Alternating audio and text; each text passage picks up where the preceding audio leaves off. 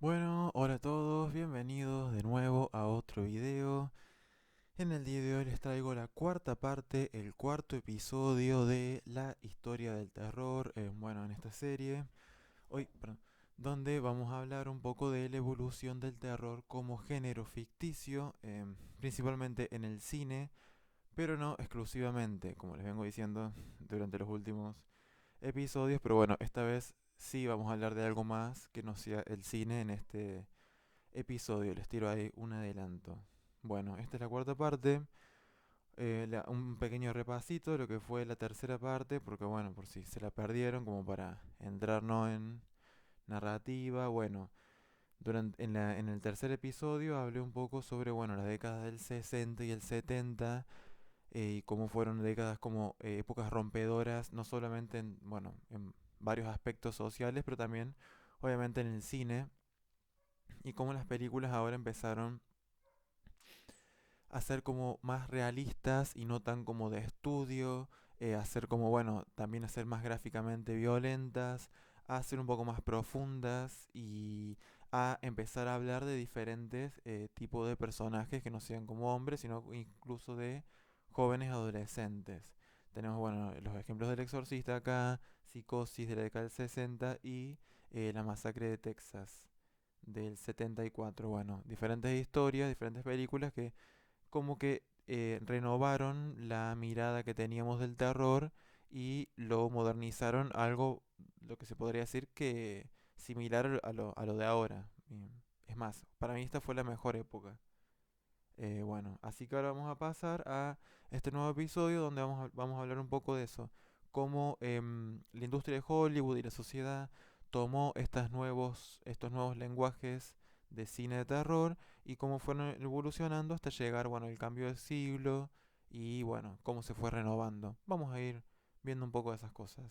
Así que empecemos. Bueno, empezamos más o menos a finales de la década del 70 ya.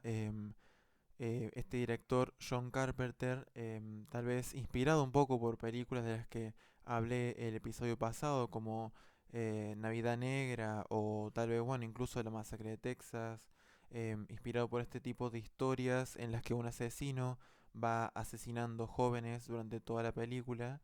Bueno, saca La Noche de Halloween o Halloween, su título original, en el año 1978 y bueno, nos muestra eso, la historia de un asesino que va, bueno, matando jóvenes la noche de Halloween. Em, bueno, muy siguiendo como el estilo de toda la década del 70, esta historia como es más como, bueno, muestra al asesino de una manera más realista, como más como un suspenso de, bueno, alguien me está acosando y nada, al final es un asesino. Bueno, bastante independiente la película, inspiró a lo que sería un subgénero muy famoso de la década siguiente, de los 80. Estamos hablando del famoso slasher, algo que quedó como bastante em, ya como pragmado, no sé si se hizo, en la cultura popular moderna, como de lo que es una película de terror, viene un poco del slasher, de el asesino que va persiguiendo adolescentes, principalmente mujeres, y bueno, mata a todos los personajes de maneras como un poco bastante violentas, bastante como incluso imaginativas. Em, Uno de los, bueno, los dos personajes como claves y más clásicos de este subgénero sería, bueno, el personaje de Jason de la película de la franquicia Viernes 13, que es este chico que mata, este chico, este hombre que mata gente que hace campamentos y bueno, ahí aparece y los mata, que bueno, dato, en la primera película no es Jason el que mata a los jóvenes en el campamento, sino que es su madre. Jason recién aparece en la secuela. Y también tenemos, bueno, acá a Freddy Krueger, también un personaje clásico creado por un director de cine de terror clásico como es Wes Craven. Y nada, bueno, es este personaje que es como una especie de demonio que era como un asesino de niños y después lo mataron y aparecía ya en los sueños de los adolescentes.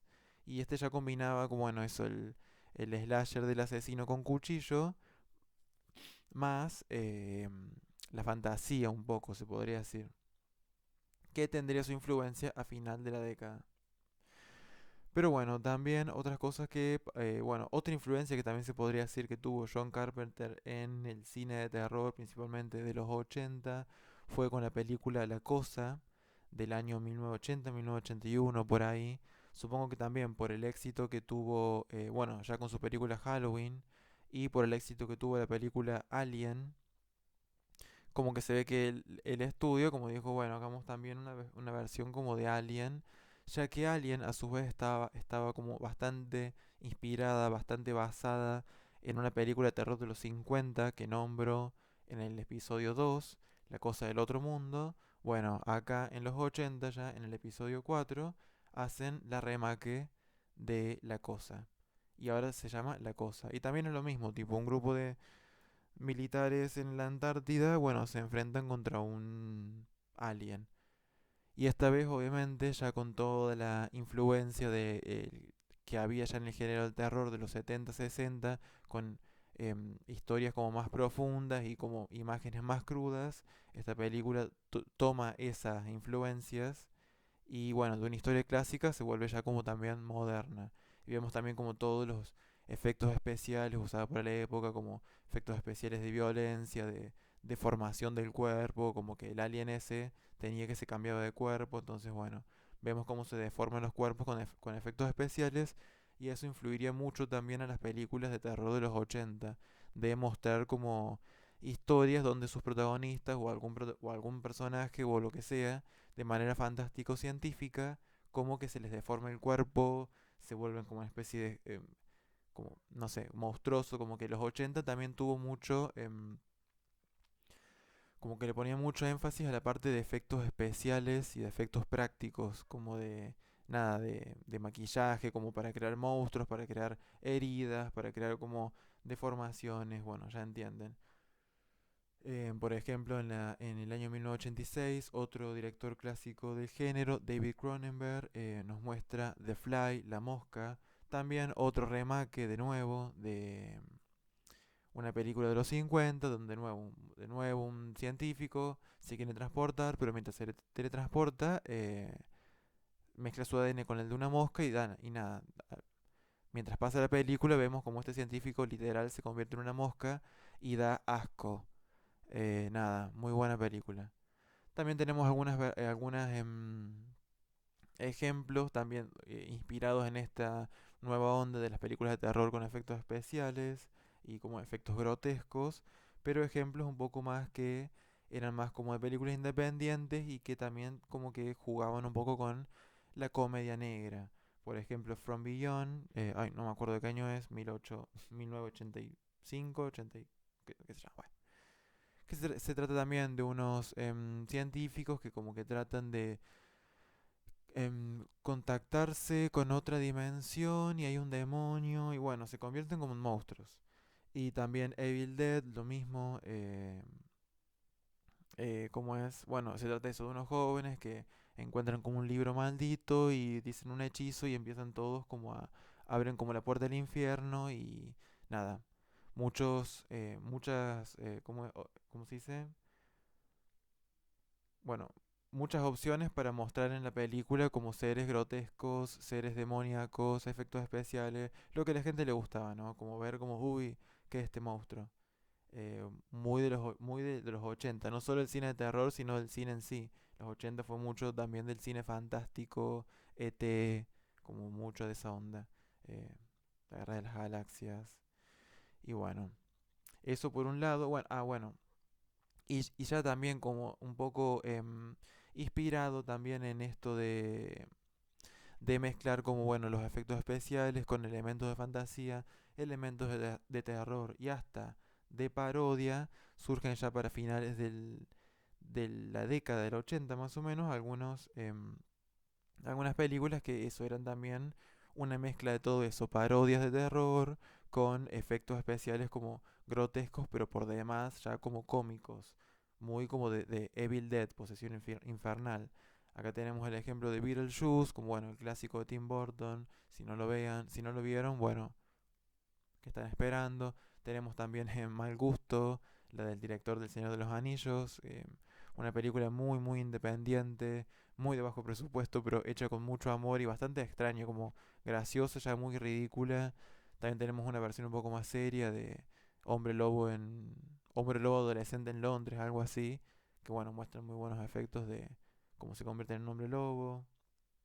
Y nada, por ahí por el lado de eso de los ochentas, con sus efectos especiales fantásticos y sus parodias de terror. Y ya para finales de la década, ya tipo para los últimos años y hasta principios de la década del 90, podemos ver algunas películas también donde, tal vez inspiradas en un poco Freddy Krueger, inspiradas también un poco en esto de em, los elementos fantásticos ya conocidos durante la década, y bueno, usar más, o sea, más opciones de efectos visuales. Aparecen algunas historias que eso, que muestran como personajes antagonistas o villanos, que a la vez son medios protagonistas, y que nada, tienen como poderes fantásticos y hay como bastante, nada, como escenas como un poco choqueantes, pero a la vez no son tan fuertes. Como por ejemplo, bueno, Child's Play, que es la primera película de la franquicia de Chucky, bueno, un asesino que posee a un muñeco y bueno, lo hace muñeco asesino. O si no, Hellraiser, como acá verán que es sobre, bueno, un brujo como que abre también otra puerta a otra dimensión donde hay demonios que son como adictos al dolor. Bueno, una historia bastante extraña, como un poco como de subtexto gay. Y tenemos también un poco de subtexto de cultura y racismo, cultura afroamericana y racismo, con la película Candyman, también sobre, bueno, una leyenda urbana, un monstruo de leyenda urbana que se convierte como en realidad para la protagonista. Así, bueno, así empezamos como la década del 90 en el cine de terror. Bueno, ya para empezada la década del 90, por ejemplo, una película como El silencio de los inocentes, como que pone de moda este como subgénero que combina como terror con thriller, con policíaco, como subgénero detectivesco, donde los protagonistas se enfrentan como un asesino como súper, súper desquiciado y súper, súper espantoso, como que bueno, durante las últimas décadas en la historia como estadounidense, como que uno que ha visto como películas ve cómo han aparecido varios, o sea, casos reales de asesinos en series reales, como personas como súper grotescas, súper perturbadoras, súper como, bueno, historias realmente de terror. Y bueno, supongo que ya a principios de los 90 ese tipo de aspectos de la personalidad de un asesino ya llegaban al cine y bueno, una película que pretendía como presentarse realista tenía que mostrar a los asesinos ya a ese nivel de locura perturbadora porque básicamente, bueno, el público ya lo había visto en la vida real, así que tenía que estar al nivel de la vida real. Como siempre, la realidad superando la ficción. Y bueno, nada, en El secreto de los inocentes, bueno, la protagonista tiene que meterse en la mente del asesino con la ayuda de otro asesino que es Hannibal Lecter, que es un caníbal como súper inteligente. Y bueno, él la ayuda como tratar de entender a un asesino en serie que andaba suelto, que mataba a mujeres gordas porque quería convertirse en mujer. Bueno, nada, una locura. La escena final de ella caminando como en el sótano literal del asesino, lleno como de cadáveres. Bueno, bastante similar al episodio anterior, hablé de la masacre de Texas y cómo la dirección artística como que es como bastante choqueante para la época de ver tanta como miseria y como nada, como locura en un espacio hecho. Bueno, acá pasa lo mismo, como que el, el, el sótano del asesino es bueno, un sótano de un asesino, tan horrible como parece. Y un poco como que fue esto poniendo de moda ese tipo de historias con policías que se tienen que enfrentar a un asesino y como que el asesino es demasiado oscuro y se mete dentro de su cabeza o algo así. Por ejemplo, lo vimos también acá, vemos una escena de la película Seven o Pecados Capitales con Brad Pitt, donde también el asesino va matando una víctima, o sea, víctima por víctima, y va haciendo como una especie de, como de, no sé, de masacre conceptual. Cada víctima tiene como su propia dirección artística y cada una es más eh, truculenta que la anterior. Ya también otro ejemplo que me pareció interesante es The Cell, que creo que se traduciría a la celda con Jennifer López. Acá como que básicamente se meten literal en la mente del asesino porque tienen como es medio como ciencia ficción, tienen como una tecnología que pueden entrar a la mente o a los sueños de las personas y acá bueno, para entender, para resolver un crimen tienen que meterse en la mente de un asesino serial y bueno, ahí como que vemos el mundo interno de un asesino y es obviamente un horror. Así que nada, algo destacable como, bueno, así más o menos empezaron los elementos de terror apareciendo en la década del 90. Mucho más gráficos que incluso las décadas anteriores y más como oscuros de turbios, como más como de ver miseria, de ver como perturbación, no sé cómo explicar. Una línea interesante que también surgió, bueno, que también surgió como en esta década de los 90, según los historiadores del cine, es este tipo de horror postmoderno. Los 90 fue como una época que según los historiadores, como muy rompedora de lo que ya se venía hablando o como la cultura que era como la más popular durante el siglo anterior. Los 90 fue conocida como la generación de la generación X, como de una generación como estaba como muy como ya como cansada de todo, como siempre lo mismo, como muy consciente de lo que estaba pasando, se podría decir. Y este horror postmoderno es como, bueno, un poco una representación de cómo estaba la sociedad tal vez en esa época. Por postmoderno se puede decir a que eso es películas de terror que son de alguna manera u otra conscientes de su estado de películas de terror y cómo usan esa conciencia a su favor, se podría decir.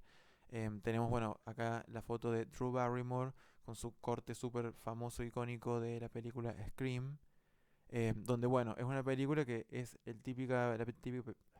típica película de asesinos que ya hemos hablado como de la década anterior de los 80, de el asesino que persigue a los jóvenes, los mata uno por uno, bla bla bla. Pero acá los protagonistas son como conscientes de que existen las películas de terror de asesinos y conocen como las reglas para sobrevivir. O sea, es medio como una comedia como eso, bastante como metanarrativa. Hablando de metanarrativa, también tenemos acá una imagen de la película Funny Games, o sea, juegos divertidos, se traduciría. Una película alemana que también surgió como un poco una crítica hacia las películas de terror, hacia ¿cómo sería? Hacia lo gratuitamente gráficas y explícitas que son estas películas, en la forma en la que, en lo fácil que muestran violencia y em, violencia sexual también hacia las mujeres. Bueno, esta película como que básicamente los asesinos son conscientes también que están adentro de una película y son conscientes que lo estamos viendo nosotros a ellos siendo asesinos. Y es como, sí, están viendo una película de terror y están disfrutando que hagamos esto. ¿Les parece bien? Algo así es como el mensaje de la película. Eh, es bastante un poco dura de ver al principio, pero cuando entendés un poco ya cuál es el mensaje detrás, como que se vuelve bastante, una experiencia bastante como interesante, como artística, diría, espiritual. Por último, bueno, una de las más famosas, icónica, total, peliculón, es bueno, el proyecto de la Bruja de Blair. Salió en 1999 y bueno, esta película está como filmada como si fuese un real documental que fue encontrado y nada, los protagonistas de este documental, de esta película desaparecieron supuestamente, o sea, esta película la vendieron como si fuese una historia real grabada, o sea, imagínense la gente en esa época cómo ha quedado, o sea, loquísimos, loquísimos total, pensando qué mierda pasó. Y nada, la forma en la que está grabado, obviamente, como si fuese cámara en mano, como si realmente estuviésemos viendo una historia real de unos estudiantes de cine siendo acosados por una bruja o un demonio, lo que sea, en el bosque, nunca se ve nada encima. Nada, o sea, honestamente, o sea, y sí, nació la estrenaron en el 99 porque literal película que cambió como para mí la conciencia social, honestamente. Que también, bueno, cabe destacar que hizo una gran campaña en internet, fue de las primeras películas que empezó a hacer campaña en internet, como y se empieza ya a ver el concepto de internet y el concepto de nuevas tecnologías, em, como es en el cine de terror. Así que Y creo que justamente vamos a hablar de eso a continuación. Bueno, algo de lo que también, bueno, hablando de nuevas tecnologías, podemos hablar de los videojuegos, literalmente, los videojuegos que empezaron a llegar como al mercado más masivo, más popular a mediados, finales de los 80, videojuegos que serían más como no de las consolas de, ¿cómo se llamaban encima? Los cosos gigantes esos que estaban como en los shoppings, los arcades, va, qué sé yo, eso sino más consolas como domésticas, ¿no? Bueno, y ya para los 90, bueno, los videojuegos ya eran como una industria que cada vez estaba creciendo más con personajes, bueno, como Mario, que, bueno, se estaban haciendo cada vez más famosos, más como popular de todo el mundo. Y bueno, la influencia, el impacto de los juegos de terror también empezó a crecer entre la sociedad. Entonces ya para finales de los 90 ya teníamos como eso, em, juegos, o sea, videojuegos del género como terror que ya estaban eso, teniendo como su propio impacto en la sociedad sin depender del cine, aunque también después influyendo en el cine de terror. Em, el primer más o menos videojuego de terror que se conoce como el más famoso, el más icónico, fue a principios de los 90 que se llamaba, bueno, Solo en la oscuridad, algo así, Alone in the Dark, y era sobre, bueno, un personaje que se ve adentro de una mansión y, bueno, tiene que sobrevivir con la mansión embrujada, obviamente demoníaca. Ya para mediados de los 90 sale Resident Evil, bueno, el clásico Resident Evil, o sea, ¿quién no? Resident Evil, bueno, un grupo de militares que se meten también adentro de una mansión que está como también llena de zombies, hay como toda una historia de conspiranoia atrás, y también como que funda las bases para lo que sería como el clásico survival horror, o sea, horror de sobrevivir, que es eso, como sos un personaje que tiene que sobrevivir porque tiene como poca vida, pocas municiones, y está encerrado en una situación llena de, ¿cómo sería? Amenazas. Otro también juego muy influyente para finales de los 90 fue el juego Silent Hill, también otro clásico más, que bueno, usaba también como estos conceptos del survival horror, de Resident Evil o de otro juego como Doom, pero como que también ya lo corría para lo que sería el terror psicológico, porque era más como, bueno, o sea, como también era un juego un poquito más barato, usaba mucho más la niebla y mucho más como la atmósfera para como causar como miedo en el jugador. Además de que, bueno, es como una historia más de misterio, hay como más, es más como más conceptual, como de, como de simbólica, y como más también como de, como se dice, de andar un poco, de andar, o sea, bueno, no sé hablar en género de videojuego, que no sé hablar en sí. Así que bueno, ahí tenemos a los videojuegos teniendo sus propios ya clásicos del terror, o sea, el terror ya expandiéndose a todo tipo de medios. Y bueno, después saldrían películas basadas en videojuegos, pero bueno, nunca fueron buenas. Ah, ya para el cambio de siglo, del 99 al 2000, se empieza a poner también, empiezan a ser como bastante más populares ya como en lo que sería como la sociedad más mainstream, más de a pie. Las películas, no solamente, las películas de terror no solamente estadounidenses, sino también como fuera de Estados Unidos, principalmente europeas, pero no todas. Tenemos, por ejemplo, como ese boom del cine de terror asiático que empezó con, bueno, la película de The Ring, o Ringu, El Aro, que bueno, también otro clásico, el video maldito, la chica de pelo largo que sale por la tele, clásico total. Y bueno, de esa película se inspirarían muchas películas más también japonesas de ese estilo, como esa forma de hacer como cine como bastante pesado, bastante lento, como muy muy atmosférico y como unos sustos como bastantes como bien hechos, honestamente, bastante como elegantes, como por ejemplo Ju-On, por ejemplo El Ojo.